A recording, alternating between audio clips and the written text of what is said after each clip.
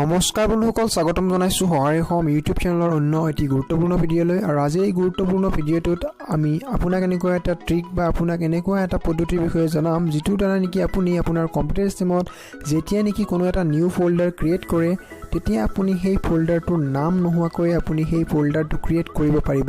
হয় বন্ধুসকল, এই আমেজিং ট্ৰিকটো জানিবৰ কাৰণে ভিডিঅ'টো সম্পূৰ্ণৰূপে চাব লাগিব। আহক তেন্তে পলম নকৰি আজিৰ এই গুৰুত্বপূৰ্ণ ভিডিঅ'টো আমি আৰম্ভ কৰোঁ।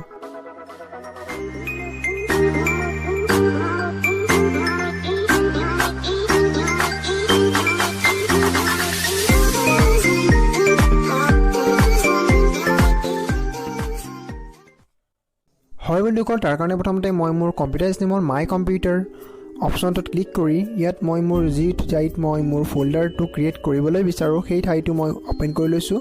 ইয়াত মই মোৰ যিটো আপোনাৰ ড্ৰাইভ আছে সেই ড্ৰাইভটো অ'পেন কৰি লৈছোঁ। ইয়াৰ ভিতৰত মই আপোনাক এই ঠাইটোত এটা নতুন ফল্ডাৰ ক্ৰিয়েট কৰি দেখাম, য'ত নেকি আপুনি আপোনাৰ যিটো ফল্ডাৰ থাকিব সেইটোত মই কোনো ধৰণৰ নাম নথকা ফাইল ফল্ডাৰ আপোনাক বনাই দেখাম। প্ৰথমতে বন্ধুসকল ইয়াত নিউ অপশ্যনত ৰাইট ক্লিক কৰি নিউ অপশ্যনত ক্লিক কৰি ফল্ডাৰ অপশ্যন ছিলেক্ট কৰিব। এটা ফাইল ক্ৰিয়েট কৰাৰ কাৰণে যি নাম দিব বিচাৰে ফাইলটোৰ আপুনি নাম দি দিব ফল্ডাৰটোৰ। ইয়াত মই যি নাম দিব বিচাৰোঁ দি লৈছোঁ। ইয়াত মই এক্সাম্পল বুলি নামটো মই দি দিম। দি পেলাই ইয়াত মই এণ্টাৰ অপশ্যন প্ৰেছ কৰি দিম। তাৰপিছত নেকি যেতিয়া মই এণ্টাৰ অপশ্যন প্ৰেছ কৰিম, ইয়াত এই ফল্ডাৰটো বনি গ'ল। এতিয়া যদি আপুনি এই ফাইলটো ৰিনেম কৰিবলৈ যায়, তাত আপুনি এটলিষ্ট এটা আপুনি ৱাৰ্ড দিব লাগিব, তেতিয়া সেই ফাইলটো ৰিনেম হ'ব। কিন্তু বন্ধুসকল, আজি এনেকুৱা এটা আমেজিং ট্ৰিক আপোনালোকক মই জনাম, যিটোৰ জৰিয়তে নেকি আপুনি যেতিয়া ৰিনেম কৰিব তাত এটা ৱাৰ্ড আপুনি দিব নালাগে, উইদাউট নেম আপুনি ফল্ডাৰ এটা ক্ৰিয়েট কৰিব পাৰিব। হয় বন্ধুসকল, এইটো এটা বহুত আমেজিং ট্ৰিক হয়। বহুত কম্পিউটাৰ ইউজাৰে এই ট্ৰিকটো কিন্তু নাজানে। যদিহে আপুনি এই ট্ৰিকটো জানি লৈছে বা জানিছে অলৰেডি, তেতিয়া ভাল কথা। আৰু যদি নাজানে, আৰু মেক্সিমাম ইউজাৰে এইটো ট্ৰিক নাজানে, যদিহে আপুনি এই ভিডিঅ'টো চাই আছে, এই ট্ৰিকটো আপুনি আজিৰ পৰা জানিব। বন্ধুসকল, ভিডিঅ'টো সম্পূৰ্ণ চাওক। এতিয়া মই কি কৰিম, ফল্ডাৰটোত ৰাইট ক্লিক কৰি ৰিনেম অপশ্যনত ক্লিক কৰিম। আৰু ইয়াত মই ৰিনেম যেতিয়া কৰিম তেতিয়া এটা ট্ৰিক ব্যৱহাৰ কৰিম, যিটো ট্ৰিকৰ যোগেদি মই আপোনাক জনাম যে কেনেকৈ আপুনি এই কামটো কৰিব পাৰিব, অৰ্থাৎ নাম নোহোৱাকৈ ফল্ডাৰ ক্ৰিয়েট কৰিব। ইয়াত এই যিটো ফল্ডাৰ দেখিছে, এই ফল্ডাৰটো যেতিয়া নেকি মই হাইড কৰিবলৈ অৰ্থাৎ আপোনাৰ নাম নোহোৱাকৈ ছেভ কৰিব বিচাৰিম, তেতিয়া যদি আপুনি ডাইৰেক্টলি ৰাইট ক্লিক কৰি ৰিনেম অপশ্যনত যায়, ডাইৰেক্টলি নেম নোহোৱাকৈ ছেভ কৰিবলৈ বিচাৰে, তেতিয়া আপোনাৰ এই ফল্ডাৰটো নাম নোহোৱাকৈ বা কোনো নাম নোহোৱাকৈ এই ফল্ডাৰটো ছেভ নহয়। আপুনি ট্ৰাই কৰি চাব পাৰে এই ট্ৰিকটো। ইয়াত মই এক্সাম্পলৰ কাৰণে দ্বিতীয়টো ফল্ডাৰ মই ইয়াত বনাই দিছোঁ। এই ফল্ডাৰটো মই নাম দিছোঁ এক্সাম্পল 2, আৰু এই ফল্ডাৰটো মই আপোনাক নাম নোহোৱাকৈ ছেভ কৰি দেখাম। বন্ধুসকল, ইয়াত দেখিবলৈ পাইছে দুটা ফল্ডাৰ মোৰ বনি গৈছে। ৰিনেম অপশ্যনত ক্লিক কৰিছোঁ। এতিয়া মই কি কৰিম, যেতিয়া মই ৰিনেম অপশ্যনত ক্লিক কৰি এণ্টাৰ প্ৰেছ কৰিছোঁ, যদিহে মই কোনো ধৰণৰ আপোনাৰ নাম নিদিওঁ, তেতিয়া ফল্ডাৰটোৰ নামটো অট'মেটিক ফল্ডাৰটো লৈ লয়। কিন্তু বন্ধুসকল, এই ট্ৰিকটো জানিবৰ কাৰণে ভিডিঅ'টো আপোনালোকে চাই থাকক। বন্ধুসকল চাওক, এই যিটো ভিডিঅ' আছে, এই ভিডিঅ'টোত আপুনি সকলো ট্ৰিকটো জানি যাব।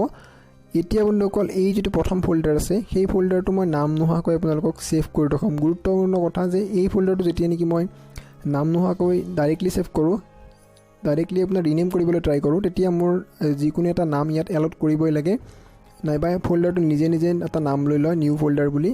কিন্তু বন্ধুসকল, প্ৰথমতে দেখিছে ৰিনেম ক্লিক কৰিছোঁ মই। এইটো কৰাৰ কাৰণে প্ৰথমতে ৰিনেমত ক্লিক কৰি আপুনি যদি ব্লেংক ঠাই আছে তাত আপুনি এটা ৰাইট ক্লিক কৰিব লাগিব। দেখিছে এই ফল্ডাৰটোৰ এইটো যিটো অলৰেডি নাম আছিল সেইটো মই ডিলিট কৰিছোঁ, ৰাইট ক্লিক কৰিছোঁ খালী ঠাইত। ইয়াত দেখিছে এই 3 নম্বৰ অপশ্যন ছিলেক্ট কৰি এই অপশ্যনটো ছিলেক্ট কৰিব, যিটো মই ইয়াত ছিলেক্ট কৰিছোঁ ভিডিঅ'টোৰ মাধ্যমত আপুনি দেখিবলৈ পাইছে। অৰ্থাৎ এই ফল্ডাৰটোৰ যদি আপুনি এইটো ছিলেক্ট কৰে, কোনো ধৰণৰ নাম নোহোৱাকৈ ছেভ হৈ যাব। দেখিবলৈ পাইছে নাম নোহোৱাকৈ কেনেদৰে এই ফল্ডাৰটো ইয়াত ক্ৰিয়েট হৈ গৈছে সুন্দৰকৈ।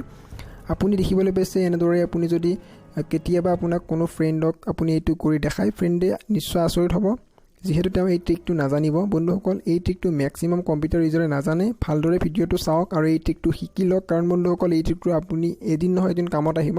কাৰণ বন্ধুসকল, বহুত ক্ষেত্ৰত আপোনাৰ এই ট্ৰিকটো আপোনাক সোধা হয়। যদিহে আপুনি এই ট্ৰিকটো নাজানে, তেতিয়া আপুনি কম্পিউটাৰ যদিও ইউজ কৰি আছে, কিন্তু আপুনি এটা ভাল ফিউচাৰ আপুনি মিছ কৰি আছে বা নাজানে। যদিহে জানে বহুত ভাল কথা বন্ধুসকল, আৰু নাজানিলেও এই ভিডিঅ'টো আপোনাৰ যদি ফ্ৰেণ্ডে আপোনাৰ এই ট্ৰিকটো নাজানে, তেতিয়া ফ্ৰেণ্ডলৈ এই ভিডিঅ'টো নিশ্চয় শ্বেয়াৰ কৰি দিব, যাতে তেওঁ এই ট্ৰিকটো জানি লয়। বন্ধুসকল, যদিহে আপুনি উইণ্ড'জ 7 ইউজ কৰি আছে, তেতিয়াহ'লে আপুনি ডাইৰেক্টলি এইটো নকৰি আপুনি ৰিনেম কৰাৰ কাৰণে F2 প্ৰেছ কৰি বা ৰিনেম ৰাইট ক্লিক কৰি কেনে ৰিনেম কৰি আপুনি অল +255 এই নাম্বাৰটো প্ৰেছ কৰি এণ্টাৰ প্ৰেছ কৰিলে আপোনাৰ ৰিনেমটো কোনো ধৰণৰ নাম নোহোৱাকৈ হৈ যাব কিন্তু বন্ধুসকল আজিৰ এই ট্ৰিকত দেখিবলৈ পাইছে কেনেদৰে মই ৰিনেম কৰিছোঁ আপোনালোকে এই পদ্ধতিটো ব্যৱহাৰ কৰিব পাৰে আৰু এই পদ্ধতিটো ব্যৱহাৰ কৰি আপোনালোকে আপোনাৰ যিটো ফোল্ডাৰ থাকিব সেইটো কোনো ধৰণৰ নাম নোহোৱাকৈ ইজিলি আপোনাৰ কম্পিউটাৰৰ যিকোনো ডাইৰেক্টৰীত যিকোনো লোকেশ্যনত ইজিলি ছেভ কৰিবলৈ পাৰিব হয় বন্ধুসকল আশা কৰিলোঁ আজিৰ ভিডিঅ'টো আপুনি বুজি পালে যে কেনেকৈ আপুনি উইদাউট নেম নাম নোহোৱাকৈ যিকোনো ফোল্ডাৰ এটা ক্ৰিয়েট কৰিব পাৰিব হয় বন্ধুসকল আজিৰ ভিডিঅ'টো দেখিনে লগ পাম অন্য এটা ভিডিঅ'ত ধন্যবাদ নমস্কাৰ বন্ধুসকল স্বাগতম জনাইছোঁ সহাৰি